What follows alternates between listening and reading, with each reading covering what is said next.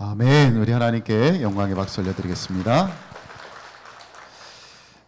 어떤 엄마가 아이에게 마당에 있는 빗자루 좀 갖다 달라고 심부름을 시켰습니다. 그런데 날이 어두컴컴하고 좀 무섭고 해서 이 아이가 엄마한테 엄마, 아이고 마당이 캄캄한데 나 무서워서 못 가겠어요. 그렇게 이야기를 하니까 엄마가 안심을 시킵니다. 얘야, 저기 마당에도 예수님이 계시고 예수님이 어디든지 너와 함께 계시면서 너를 도와줄 테니까 걱정하지 말고 가서 빗자루 좀 가져와. 그렇게 이야기를 했습니다.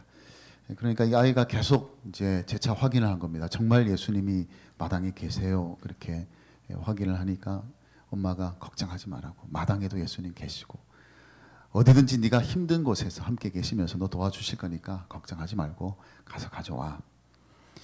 그러자 이 아이가 잠시 생각을 하더니요, 문을 살짝 열고 그 틈새로 이렇게 말을 했습니다.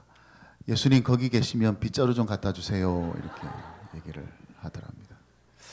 이 아이는 믿음이 있는 것일까요? 없는 것일까요? 좀 애매한 부분이 많죠. 여러분, 우리가 믿음이라는 것은요, 어떤 행동으로 드러나게 되어 있습니다. 그 사람이 믿음이 있는지 없는지는 그 사람이 어떻게 행동하는지를 보면 알 수가 있습니다. 이 믿음이란 단어는 품사가 명사로 되어 있지만 이 명사로 되어 있는 이 믿음이라는 단어는 항상 동사로 표현될 수 있어야 합니다.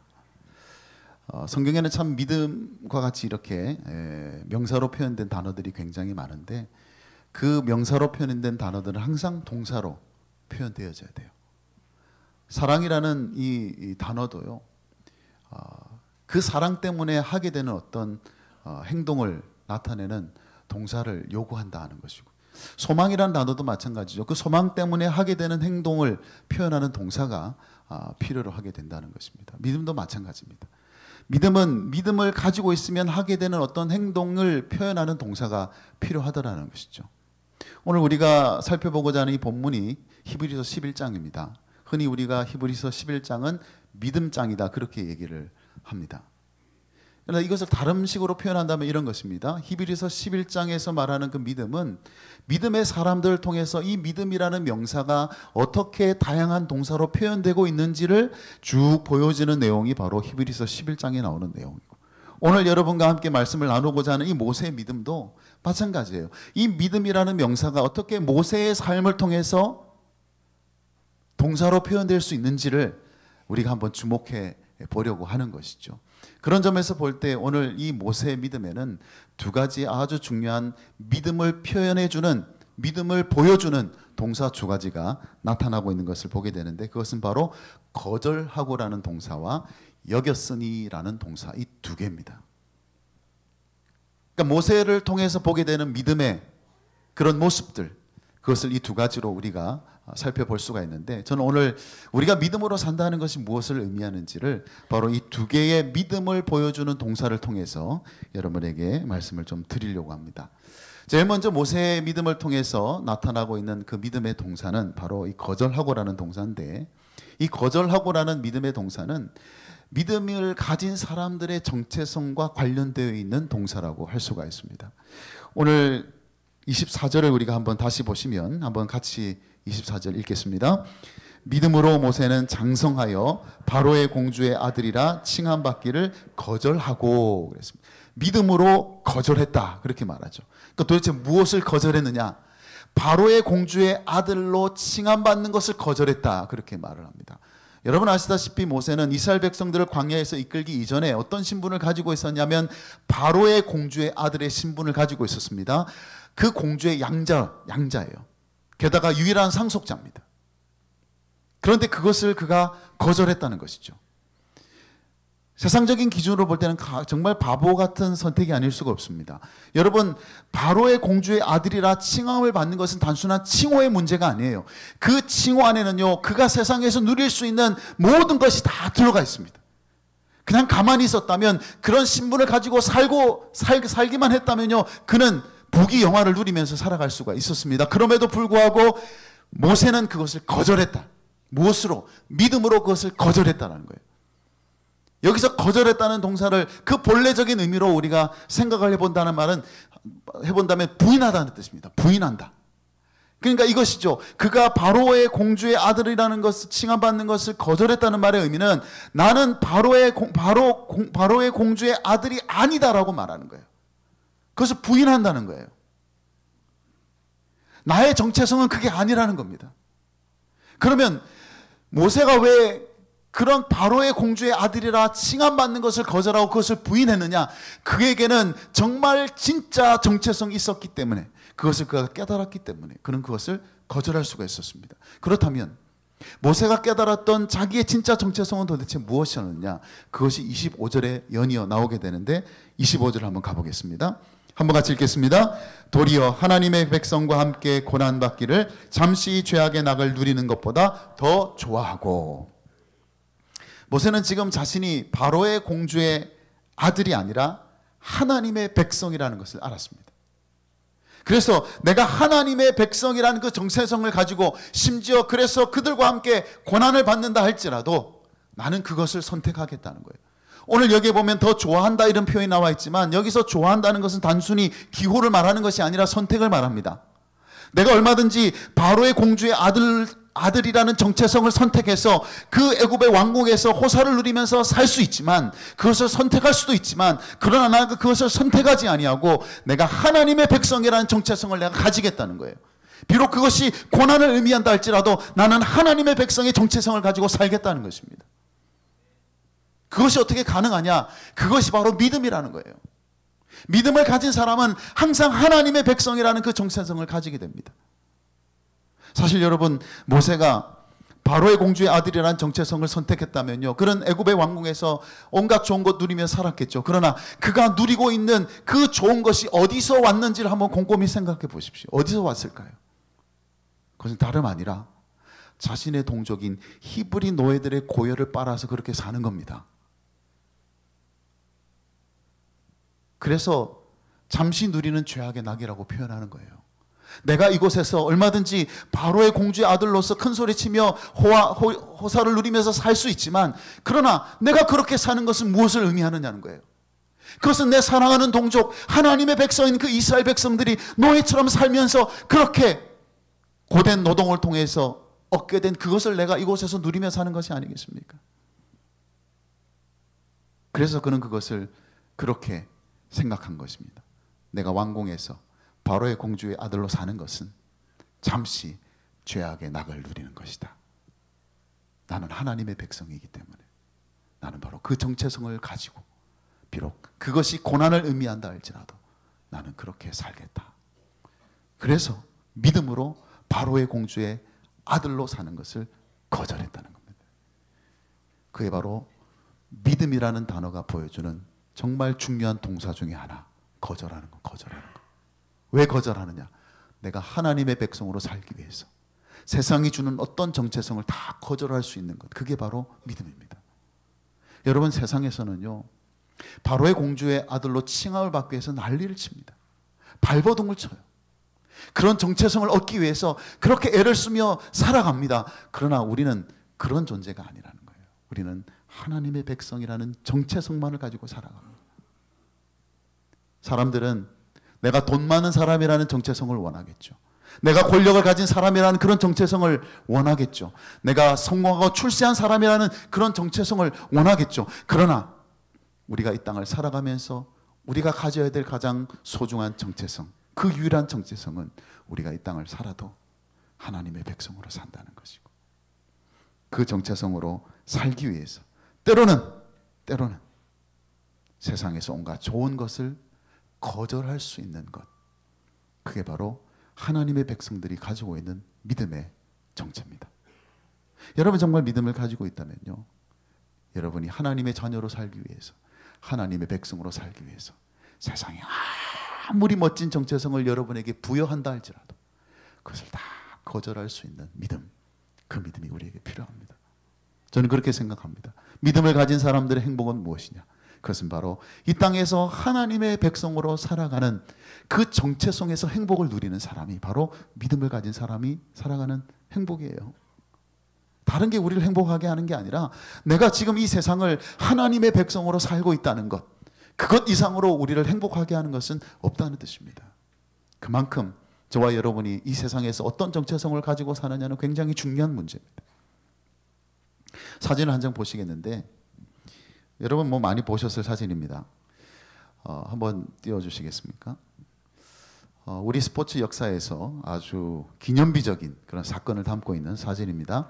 송기정 선수가 베를린 올림픽 마라톤에서 우승을 하고 금메달을 이제 수상을 하는 그 시상대에서 찍었던 사진이 바로 저 사진인데, 저 사진이 이제 유명하게 된 것은 이 송기정 선수가 앞에 뭐를 이렇게 가리고 있습니까? 그가 받은 월계수 화분으로 일장기를 딱 가리고 있어요. 일장기를 가리고 있습니다. 그래서 아주 유명해진 사진이라고 할 수 있죠. 아닌 게 아니라 이 송기정 선수가 베를린에서 친구에게 엽서를 전보 형식으로 보냈는데 딱 세 글자 보냈답니다. 그 세 글자가 뭐냐? 슬프다. 여러분, 그 영광스러운 금메달을 딴 그 순간에 왜 이 송기정 선수는 슬프다고 말을 해야 했을까요? 조선의 백성으로서 그 자리에 올라가지 못했으니까. 그 영광스러운 자리라 할지라도 자기의 정체성, 자기의 민족 정체성을 드러낼 수 없는 그 자리는 결코 영광스러운 자리가 될 수가 없다는 것을 너무나 잘 아니까. 그런데 바로 그 시상대에 또 한 사람의 조선 사람이 섰습니다. 3등을 해서 동메달을 딴 남승용 선수라는 선수가 그 옆자리에 함께 했죠. 그런데 이 남승용 선수가 이 송기정 선수를 평생 부러워했던 것이 하나가 있었답니다. 그가 정말 송기정 선수를 부러워했던 게 무엇일까요? 금메달을 땄던 게 그렇게 부러웠을까요? 아닙니다. 남승용 선수가 송기정 선수를 부러워했던 이유는 그가 1등을 해서 월계수 화분을 가져가지고 자기 일장기를 가릴 수 있었던 것이 너무 부러웠다는 거예요. 그 다음 사진을 보십시오. 송기정 선수는 일장기를 월계수, 히틀러가 준 월계수를 다 가지고 가리고 있는데 지금 남승용 선수는 고개를 푹 숙이고 있습니다. 그리고 선명하게 일장기가 가슴에 딱 보이잖아요.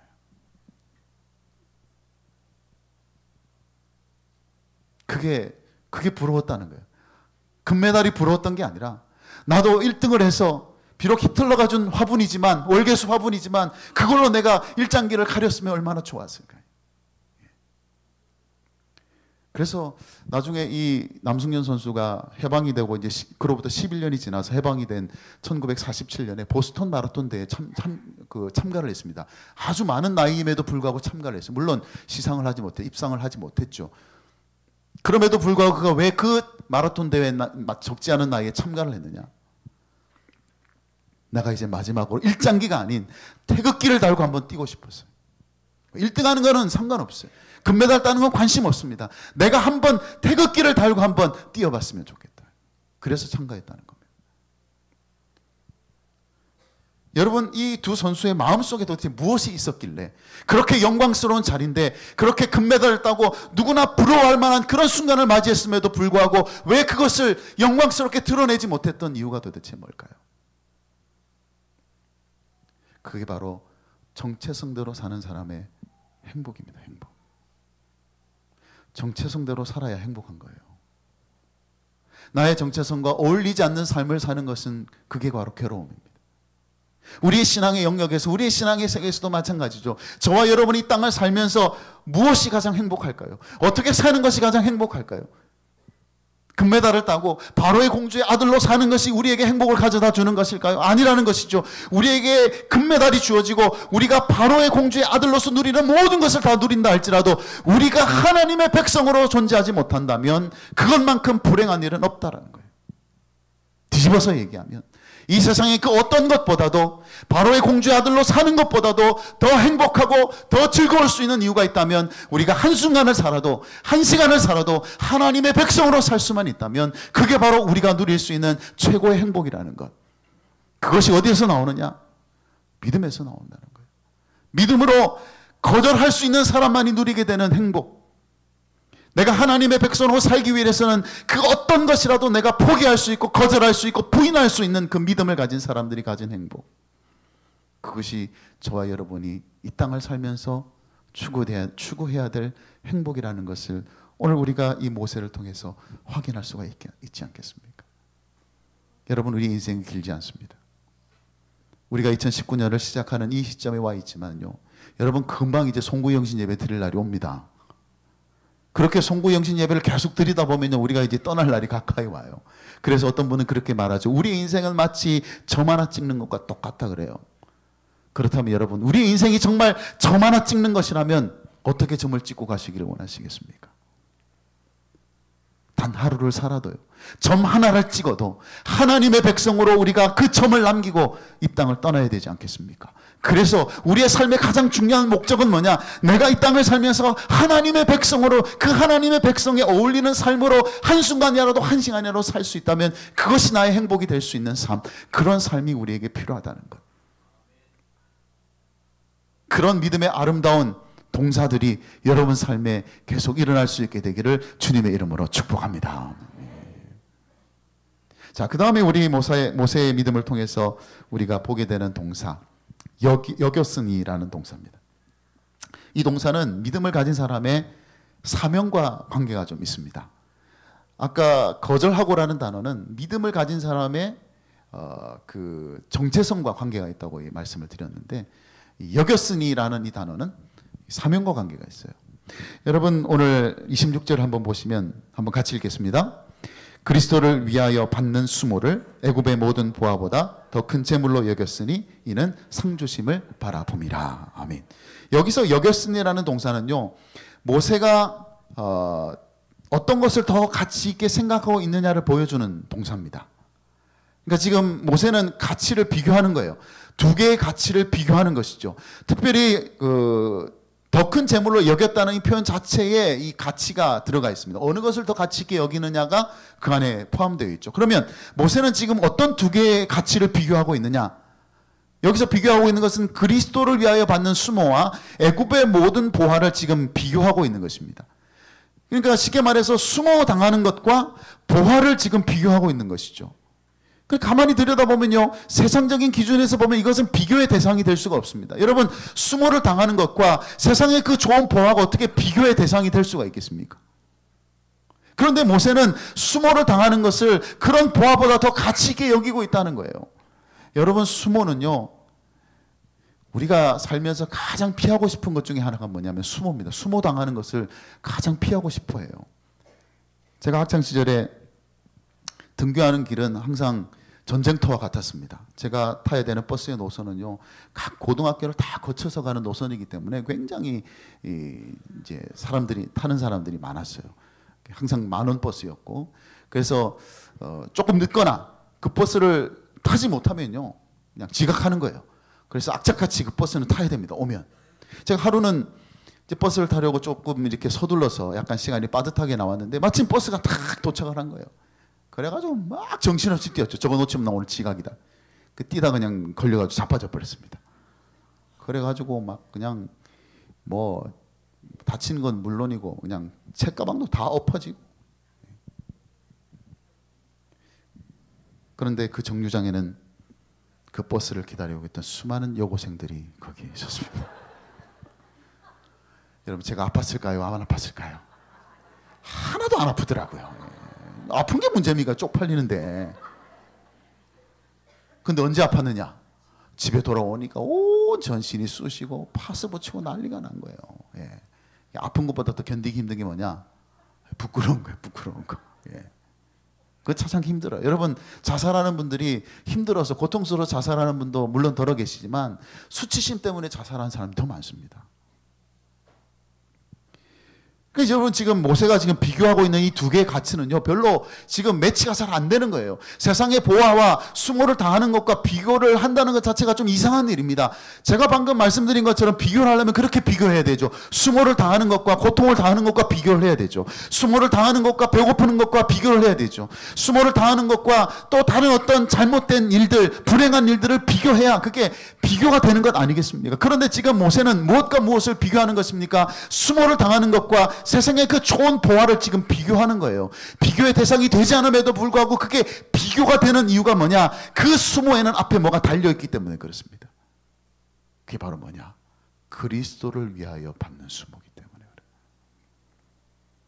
그냥 버스 타다가 자빠져서 당하는 수모가 아니라 그리스도를 위하여 받는 수모. 다른 말로 표현하면 그리스도를 위해서 나서지 않았다면 당하지도 않을 수 있었던 수모입니다. 내가 선택할 수 있는 수모, 내가 전혀 그렇게 수모를 당하지 않을 수도 있는 기회가 있고 선택할 수 있는 그런 자유가 있었다는 뜻이죠. 그럼에도 불구하고 그리스도를 위해서 내가 수모를 당하는 겁니다. 모세는 그 이유를 뭐라고 얘기했냐면 상주심을 바라봅니다 그랬습니다. 여러분, 수모를 당하는 것과 세상의 보화를 누리는 것은 절대로 비교가 불가한 것이지만, 그러나 그 그리스도를 위해서 당하는 수모의 끝에 기다리고 있는 그 상주심을 생각하면요, 이게 비교의 대상이 될 수, 아니, 이 비교의 역전이 일어나는 거예요. 이제는 더 이상 그 애굽의 모든 보화가 비교가 안 되는 거예요. 우리 주님께서 그리스도를 위해서 받는 그 수모의 그 결과로 주시는 그 상주심을 바라보게 되면요, 세상에서 누리는 건요 아무것도 아니라는 거예요. 비교의 대상이 오히려 되지 않는다는 거예요.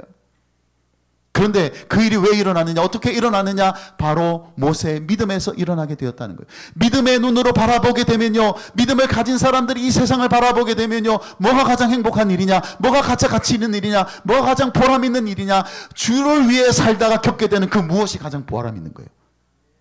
주를 위해 살다가 뭐 좋은 일도 있겠죠. 주를 위해 살다가 어떤 인정받는 일도 있겠죠. 그러나 주를 위해 살다가 수모를 당하는 일이 있어도 좋다는 거예요. 괜찮다는 거예요. 결론적으로 말씀드리면 믿음을 가진 사람에게는 아주 중요한 가치관의 변화가 일어납니다. 어떤 가치관의 변화가 일어나느냐, 내가 주를 위해 살아가는 것이 행복이 되는 거예요. 그게 가장 가치 있는 일이 되니까. 바로의 공주의 아들로 살고, 그래서 애굽의 모든 보화를 누리게 되는 것이 행복한 것이 아니라, 또 그것을 행복한 것으로 여겼던 사람들이 믿음을 가지게 되면 어떤 일이 일어나느냐, 이제 그것 때문에 행복해지는 것이 아니라 내가 이제는 주님 위해서 사는 그것이 행복해지는 거예요. 심지어 그것 때문에 손해를 보고 그것 때문에 수모를 당하는 일이 있다 할지라도 그것이 나의 행복이 되고 나의 즐거움이 되는 일이 일어나게 된다는 것이죠.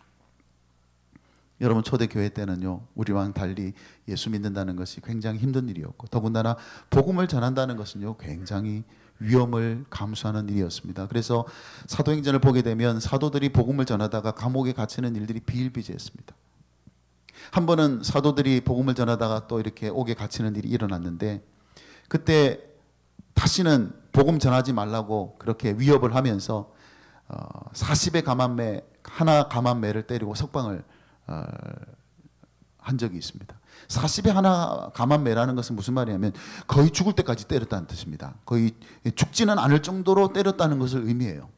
40의 가만매, 그런 채찍질을 당하고 이 사도들이 풀려났습니다. 그런데 그렇게 풀려났을 때의 그 사건을 사도행전에서 어떻게 기록하고 있느냐, 저는 이 부분을 읽을 때마다 도전이 됩니다. 사도행전 5장 40절 41절 말씀 한번 보겠습니다. 한번 같이 읽어볼까요? 그들이 옳게 여겨 사도들을 불러 채찍질하며 예수의 이름으로 말하는 것을 금하고 놓으니 사도들은 그 이름을 위하여 능욕받은 일에 합당한 자로 여기심을 기뻐하면서 공회 앞을 떠나니라. 여러분, 충격적이지 않습니까? 여러분, 이분들이, 이 사도들이 왜 기뻐하면서 떠났을까요? 석방이 돼서요? 야, 이제 자유를 얻었다, 이제 옥에서 풀려나서 석방이 되어서 그래서 기뻐하는 것일까요? 아닙니다. 그들의 기쁨이 어디서 왔느냐, 그 이름을 위하여 능욕받은 자로 합당하게 여기심을 기뻐했다는 거예요. 여러분, 신기하지 않습니까? 별로 놀라지 않으시는 것 같은데, 여러분, 우리 같으면 뭐가 제일 기뻤을까요? 하나님이 은혜를 주셔서 나로 하여금 석방시켜 주셨으면 우리가 기뻐하지 않을까요? 그런데 이 사도들이 기뻐하는 그 기쁨의 근원은 무엇이냐? 내가 그 이름을 위해서 능력받는 게 기쁜 거예요. 여러분, 이 사람들이 뭐 고난이 특별히 좋아서 그렇게 했습니까? 능력받는 것을 뭐 즐겨서 그렇게 하겠, 그러면 아주 이상한 사람들이겠죠.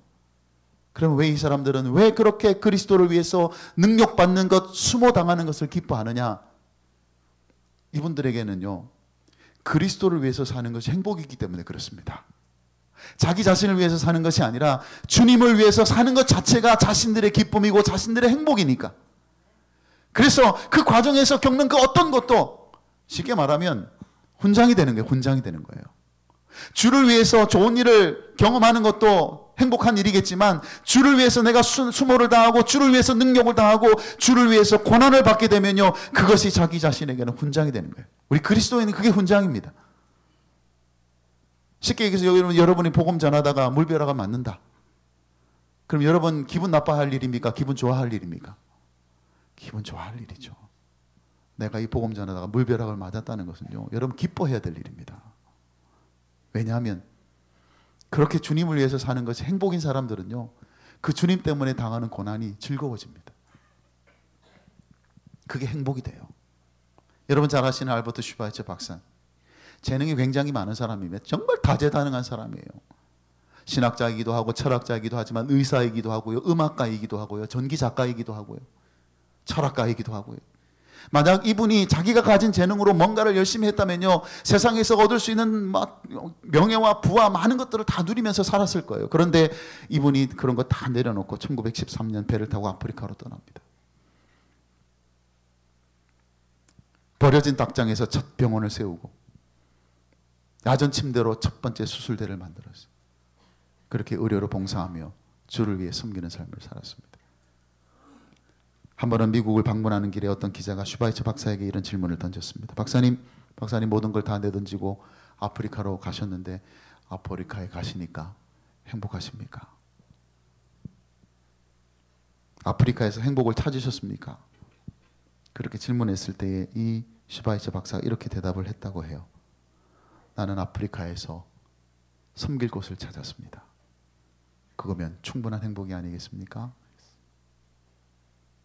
나는 아프리카에서 주를 위해서 섬길 곳을 찾았을 뿐인, 그걸로 충분한 행복이 아니냐라는 거예요. 믿음에서 파생되는 동사는 바로 이렇게 여기는 것입니다. 어떻게 여기는 거예요? 세상에서 누릴 수 있는 그 많은 것보다, 그래서 세상에서 누릴 수 있는 것들을 위해서 그렇게 애쓰고 수고하고 노력하는 것보다 내가 그리스도를 위해서 사랑하고 섬기며 사명을 감당하는 것이 행복이라고 여기게 되는 것이 바로 믿음이다라는 거예요. 여러분이 믿음이 있다면 여러분 그렇게 여기실 수 있기를 바랍니다. 내가 주를 위해 사는 것이 가장 가치 있고 행복한 일이다. 그렇게 여길 수 있는 것이 바로 믿음입니다. 저는 이번 한 해 여러분이 사명에 집중하는 한 해가 되자고 우리가 한 해를 시작했습니다. 이곳에 와 있지만, 이 광야 같은 곳에서 우리가 생활하지만 여전히 우리에게는 사명이 주어져 있고, 그것은 우리가 해야만 하는 어떤 부담이나 의무감이 아니라 그게 뭐라고요? 하나님이 우리 교회에 주신 행복입니다. 행복. 우리 동일교회에 주신 행복은 뭐냐? 우리가 그 사명받아서 이 복음 전하는 것이 바로 우리의 행복이고 저와 여러분의 행복인 줄로 믿습니다. 이번 한 해 광야교회로 살아가지만 그 광야교회 여전히 우리가 그 사명을 따라 수고하고 헌신하는 우리의 삶이 된다면 우리 주님께서 그것 속에서 영광을 받으시고 우리에게는 그것이 진정한 행복으로 나타나게 될 줄로 믿습니다.